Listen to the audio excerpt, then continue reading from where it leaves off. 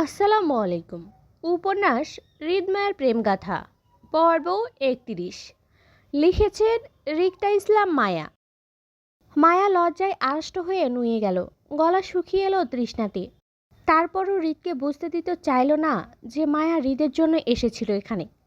বরং হৃদকে মিথ্যা বলতে চেয়ে রিনরিনিয়ে গলায় বলল মায়া, আমি তো শ্রেয়ার জন্য এসেছিলাম, ও নেই, আমি এখন যাই। আগের ন্যায় হৃদ একই সুরে বলল, যাবেন কেন ম্যাডাম, আরেকটু থাকেন। ভালোই তো লাগছে, শ্রেয়া নেই তো কি হয়েছে, আমি তো আছি। সুন্দরী বেআইনের সঙ্গ দিব বলি হৃদ এমনভাবে মায়ের গলা বেয়ে নিচে তাকালো যেন মায়ের ওড়না ভেদ করে হৃদ সব কিছু দেখে নিচ্ছে, অথচ মায়ের গায়ে বড় ওড়নাটা কাঁধ জড়িয়ে দুপাশে টানা। মায়া হৃদের দৃষ্টিতে অস্বস্তিতে পড়ে হাত কসলিয়ে মিনমিন গলায় বলল, আপনার দৃষ্টি বাজে।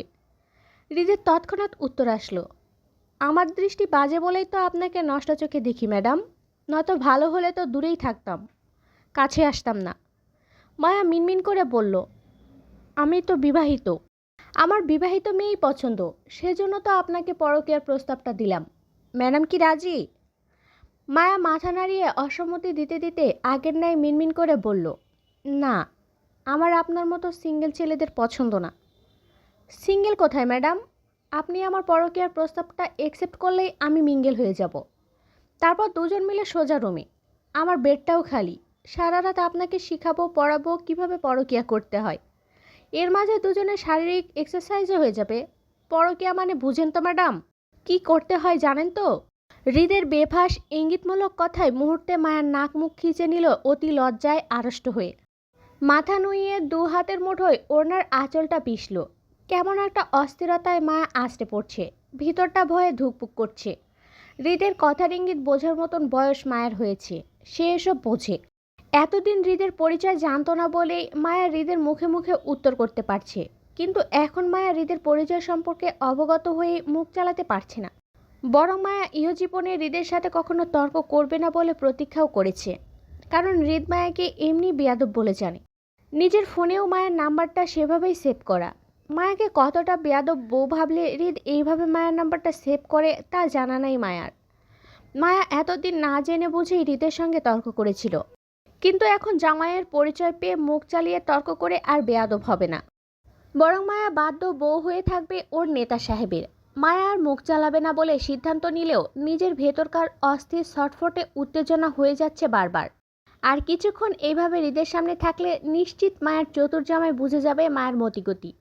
মায়া হৃদকে বুঝতে দিতে চায় না নিজের ভেতরকার অবস্থার কথা, বরং এই মুহূর্তে হৃদের থেকে পালাতে চাইল। আমি নিচে যাব।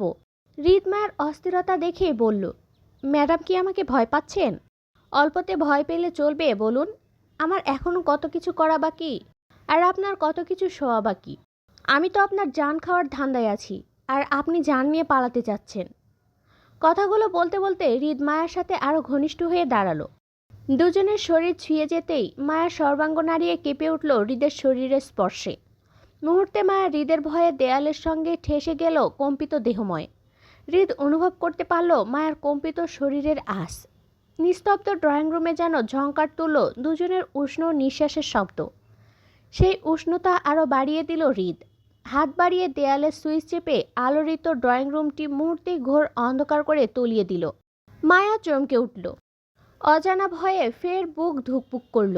হৃদ মায়ার ভয় বাড়িয়ে দিয়ে মায়ের থুতনি ধরে লজ্জায় নুয়ে যাওয়া মুখটা ধরে উপরে তুলল। ভয়ার্থ মায়া আরও ভয়ার্থ হলো। শরীর শক্ত করে চোখ খিচে বন্ধ করে নিল। হৃদ আবছায়া আলোয় মায়ার সুন্দর মুখটা দেখল।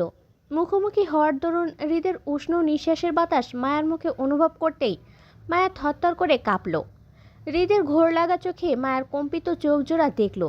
হাত বাড়িয়ে মায়ের মসৃণ গালে স্পর্শ করল। অপর হাতটা নেমে আসলো মায়ের কোমরে। হৃদ চোখ আউড়িয়ে মায়ের মায়াময় মুখ আবারও একবার দেখল। তার অবাধ্য মন আরও অবাধ্য হলো। হৃদের মনে হচ্ছে তার অবাধ্য মন অবাধ্য বউটাকে কাছে পাওয়ার খুশিতে আত্মহারা হয়ে তার বুক থেকে লাফিয়ে না বেরিয়ে যায়, তাহলে তার সম্মান আর কিছুই থাকবে না। এই বেয়াদব বউটা চট করে বুঝে যাবে হৃদের কথা তার অবাধ্য মনটাও শুনে না। আসলে তার মন কথা শুনে তার বউয়ের। তখন হৃদের দুর্বলতা বুঝে যাবে, যেটা হৃদ চাচ্ছে না তার ব্যক্তিত্বের বাইরে গিয়ে এই নারী তার দুর্বলতাকে বুঝুক। তাছাড়া হৃদের মনের সাথে তার চোখ দুটোও চরম বেহায়া। সারাক্ষণ অস্থির হয়ে কিভাবে বউকে খুঁজে বেড়ায়। এত অবাধ্যের মাঝে হৃদ যে কিভাবে বাধ্য থাকবে সেটাই বুঝে পায় না। মাঝে মাঝে তো হৃদের নিজের জন্যই মায়া হয়। সে কিভাবে এত অবাধ্যদের মাঝে পড়ে গেল। তার মন কথা শোনে না, চোখ কথা শোনে না, হাত কথা শোনে না, বউকে ছুতে চায়। তার শরীরটাও কেমন বউ বউ। সবচেয়ে বড় কথা হলো তার অবাধ্য বউটাও তার কথা শোনে না। হৃদের ঘোর লাগা মন টিকড়ে উঠল মায়ের তিত্তির করা কম্পিত ঠোঁটের দিকে তাকিয়ে। ঘোর লাগার মতন আসক্ত হয়ে হাতের উল্টো পিঠ ছোঁয়ালো মায়ের গালে। গালে পড়া মায়ের চুলগুলো হাতের উল্টো পিঠে সরিয়ে দিতে দিতে হৃদ শব্দ করে চুমু খেলো মায়ের গালে। হৃদের প্রথম চুমু হৃদের থেকে পেতেই মায়ের কম্পিত শরীরে কম্পন আরও বাড়ল। শরীর শক্ত করে নিঃশ্বাস নিতে ভুলে গেল ভয়ে আর উত্তেজনায়। হৃদ মায়ের অপর গালেও ঠিক আগের ন্যায় শব্দ করে চুমু খেলো। মুখ উঠিয়ে মায়ের কম্পিত চোখের দিকে তাকিয়ে বলল, শরীর ছাড়ো। হৃদের কথা মায়ের অবধি পৌঁছালো কিনা বোঝা দেয়। ভয়ে মায়ের শরীর নরম করার বদলে আরও খিচে শক্ত করে পড়ে রইল হৃদের বক্ষে। নিঃশ্বাস তখনও আটকে রেখেছে কাঁপতে কাঁপতে। হৃদ মায়ের কপালে শব্দ করে ঠোঁট ছুঁয়ে নেমে আসলো দু চোখের পাতায়। তিত্তির করা দু চোখের পাতায়ও একভাবে ঠোঁট ছুঁয়ে নাকে নামতেই হৃদ সেখানে শক্ত করে কামড় বসিয়ে দিয়ে মোহিত গলায় বলল, নিঃশ্বাস ছাড়ো। মায়া নিঃশ্বাস ছাড়ার বদলে বরং আরও আটকে রাখলো। মায়ের বেগতিক কম্পন বলছে এই মুহূর্তে হৃদকে কতটা ভয় পাচ্ছে ও। তারপরও হৃদ ছাড়ল না মায়াকে, বরং কামড়ে দেওয়া জায়গায় শব্দ করে ছোট চুমু খেয়ে নেমে আসলো মায়ের লাল ওষ্ঠে। বিয়েতে দেওয়া মায়ের লাল টকটকে লিপস্টিক এখনও লেগে আছে ঠোঁটে। হৃদ সেদিকে তাকিয়ে আরও শক্ত হলো। শক্ত হাতে মায়ের গাল চেপে ঠোঁট উচালো। একত্রে মায়ের ঠোঁট জোড়া মুখে নেওয়ার 4 কি 5 সেকেন্ডের মাথায় মায়া বেহুশ হয়ে ঢলে পড়তে নিলেই হৃদ এলোমেলোভাবে তৎক্ষণাৎ মায়ের দুবাহু চেপে আঁকড়ে ধরল। মায়ার দীর্ঘ সময় ধরে নিঃশ্বাস আটকে রাখার ফলে এখন জ্ঞান হারালো। হৃদ মায়ের দুবাহু টেনে বুকে চেপে ধরতে ধরতে চট করে হৃদের মেজাজ বিগড়ে গেল। অপর হাতে নিজের ভেজা ঠোঁটজোড়া মুছতে মুছতে রাগে তিত্তির করে দাঁতে দাঁত পিষল। জীবনের প্রথম চুমোটা সে করতে পারল না বলেই তার মেজাজ গরম হচ্ছে। হৃদ বলেছিল নিঃশ্বাস ছাড়তে, বেয়াদব মহিলা ছাড়েনি, তার কথা শোনেনি, সেজন্য জ্ঞান হারালো। বাল, নিঃশ্বাস আটকে কে চুমু খায়? বেহুশ তো হবে। তিত্তির মেজাজে হৃদ চট করে মায়াকে কোলে তুলে হাঁটল বাহিরের দিকে। সে আর এখানে এক মুহূর্তের জন্যও থাকবে না। অন্যের বাড়িতে সে থাকতে পারে না, তার ঘুম আসে না। বউয়ের জন্য এই বাড়িতে এসেছিল, এখন বউ নিয়ে সে চলে যাবে। এই বেয়াদব নারীকে সে তার কাছে নিয়েই যা গতি করার করবে, কিন্তু তারপরও এখানে রেখে যাবে না। হৃদের বের হওয়ার পথে আয়ন রাদীপ নিজের ড্রয়িং রুমে সোফায় বসেছিল। দুজনই হৃদের অপেক্ষায় ছিল। রাদীপ হৃদের বাসায় যাবে আর আয়ন হৃদের সঙ্গে বেরিয়ে যাবে নিজের হসপিটালের উদ্দেশ্যে। আয়নের মূলত ফাহাদের বিয়েতে আসার আরও একটি কারণ ছিল জুই। কিন্তু এখানে আসার পর থেকে জুই কেমন আয়নকে এড়িয়ে চলছে, অপরিচিতর মতন ব্যবহার করছে, যেটা মোটেও আয়নের ভালো লাগেনি। সবচেয়ে খারাপ যেটি লেগেছিল সেটি হলো জুই আয়নের থেকে রাদীপকে বেশি প্রাধান্য দিচ্ছিল।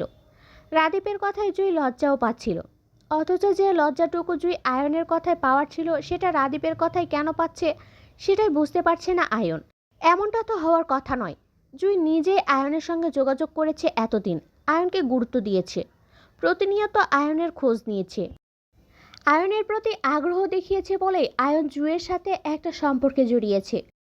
আয়ন বা জুই দুজনেই কেউ কাউকে বলেনি যে তারা একে অপরকে ভালোবাসে বা বিয়ে করতে চায়। অনুভূতির আদান প্রদান হয়নি দুজনের কারোরই। তারপরও দুজনেই বুঝে তারা একে অপরের মায়ায় জড়িয়ে পড়েছে।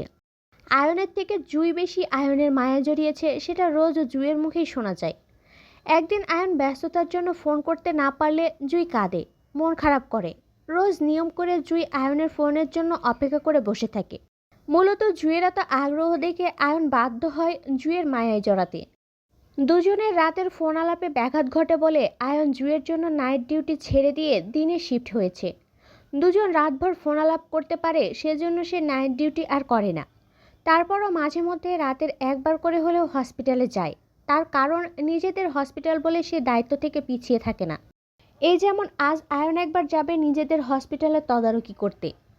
কিন্তু ফাহাদের বাসায় আসার আগেও জুইয়ের সঙ্গে আয়নের ফোনে কথা হয়েছিল। জুই বলেছিল আয়নকে তাড়াতাড়ি আসতে, সে নাকি অপেক্ষা করছে আয়নের পথ চেয়ে। অথচ আয়ন এই বাসায় এসেছে বিগত 3 ঘন্টার উপর হলো। এই নিয়ে জুই একবারও আয়নের সঙ্গে আগ বাড়িয়ে কথা বলল না, বরং আয়নকে এড়িয়ে রাদীপকে গুরুত্ব দিল।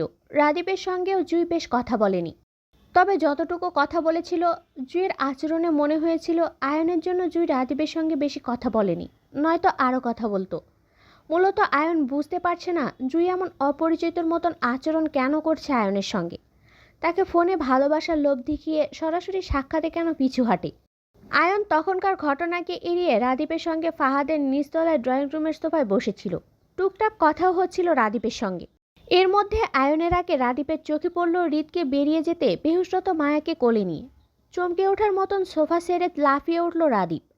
হৃদের কোলে মায়াকে দেখে মৃদু চেঁচিয়ে আঙুল তাক করে সেদিকে দেখিয়ে তৎক্ষণাৎ আয়নকে বলল, হৃদ ভাইয়ের কোলে ওটা ফাহাদ ভাইয়ের ছোট শালিনা ব্রো।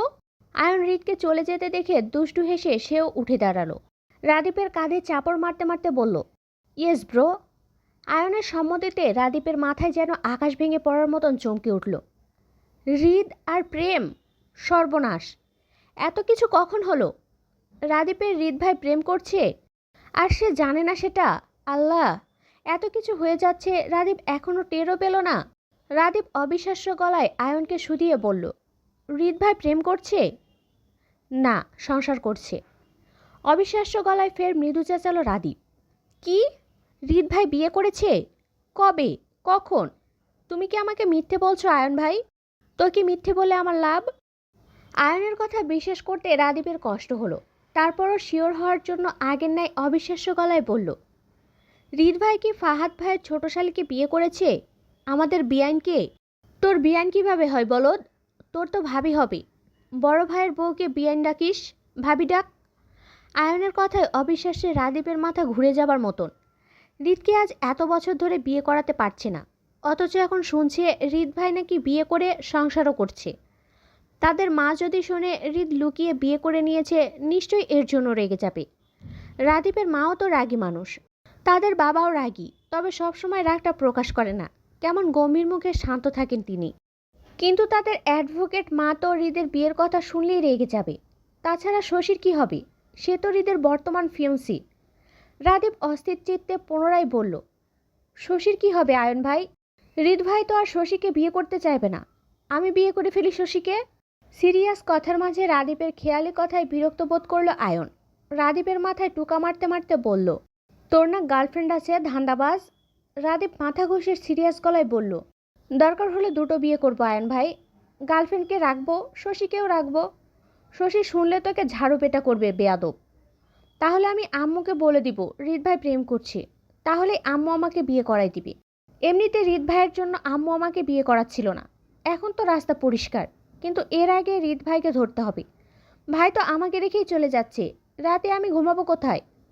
কথাগুলো বলতে বলতে রাদীপ দৌড় লাগালো দরজার দিকে।